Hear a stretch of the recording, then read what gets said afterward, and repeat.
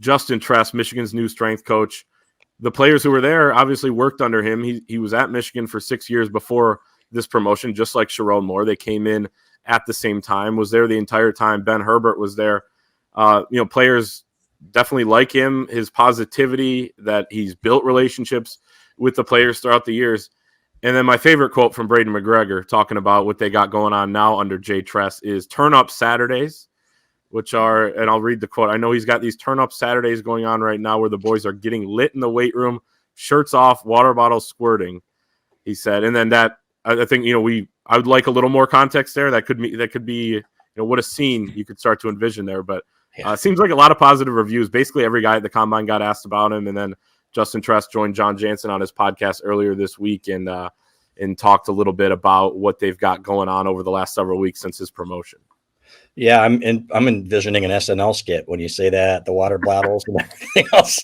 That's where that's like, please elaborate, Braden, on what that is as far as I'm going with that. So, but I will say that I think they respect him, right? They view him differently than they did Ben Herbert, and that's okay. Ben Herbert was a father figure to a lot of these guys. They loved him, and Justin Tress is more like a big brother type, right? So, but he's got the same mannerisms in terms of how he does things. He's got the same lifts. Everybody that we've spoken with, parents and kids and everybody else, says the same thing, that it feels similar in that respect.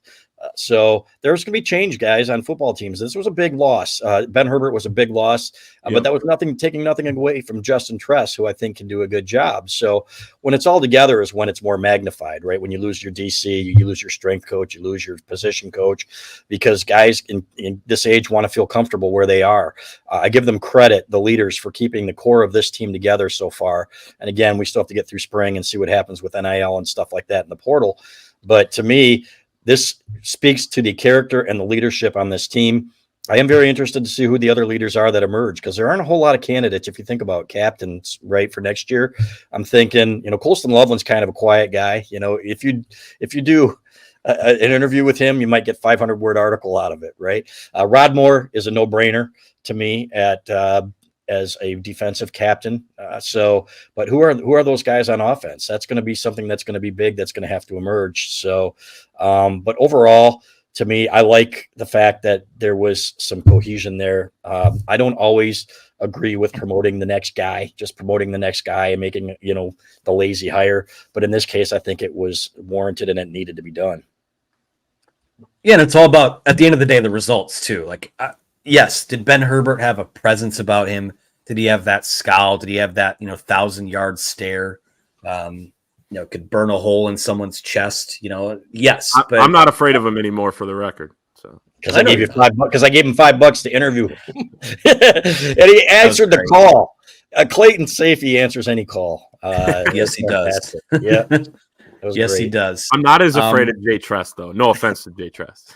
Yeah. Well, give it time. Maybe, maybe he'll develop that sort of persona as well. But yeah, at the end of the day, when you boil it all down, yes, it's going to look a lot bit different. But what are the results? What are the gains that guys are making, in the weight room with some of the with their movements? Are they getting quicker? Are they getting faster? Are they getting bigger? That, at the end of the day, is going to, that's everything. As long as you can maintain that, and they've got Abigail O'Connor there again. They speak, a couple guys spoke about how important she is in that program in terms of getting guys' bodies right, making sure they're putting the right type of foods in, depending on what their needs are. To me, I think having that continuity with your training and your nutrition, I think is one of the most important things that they could have had. And again, when you have a guy who was Ben Herbert's right-hand man, and you have, a lot of the same people in that sort of realm still controlling what that's going to look like, I don't expect much of a drop off there. I really don't. Again, you talk to parents, you talk to players. I don't think people realize, the strength and conditioning coaches within your program, you probably spend the most time with them out of anyone else. So, in terms of setting a culture, in terms of maintaining a culture, I think that's one of the most critical jobs and critical roles within a college football organization. And so far, the early reviews have been pretty positive. So again, right now, everything's kind of rosy because it's got that new car smell to it, right? While still being familiar. But yeah, I mean, the reviews were good from the combine. All of those guys spoke glowingly and even got, a bit of the combine's a bit of it's so routine and so you're always moving to stations. But when you ask about a Justin Tress, when you ask about an Abigail O'Connor, you do see those guys kind of perk up a little bit and get excited to talk about them. And I think that carries a lot of weight to me. So that was good to hear. As we were walking around Indy at the convention center there, you and I, Anthony, were talking about that. And it's like, oh, these guys love this guy. They like him. But as you said, the results are going to be what really speaks to it. I mean, and you're not going to find that out for a while. Like, there's a difference between liking a guy and a guy being effective. And, from that respect, like we said, it seems like it's been positive so far. But as you astutely point out, the results are going to be what matter there. He did talk with John Jansen about the first training session he had after Ben Herbert moved on. And as we talked about on this podcast weeks ago, after Herbert's departure, I mean, a lot of these kids were pretty upset, pretty hurt by that. And there's good reason why. When I was walking around the field and we were down there after the Rose Bowl and you're watching these guys celebrate, I was kind of following Ben Herbert for a little bit as we were walking out towards the stage. And every guy that stopped by, I mean, it was extremely emotional because of the hours that you mentioned, Anthony, that they spend together. I mean, a lot of the work is done with Ben Herbert. So now that's going to be with Justin Tress. He has big shoes to fill. And you know who else is going to help with roster management and NIL and all that is Sean Magee, who is now official. You go through these background checks. My brother works on nuclear submarines in Connecticut, and his background check was a couple weeks.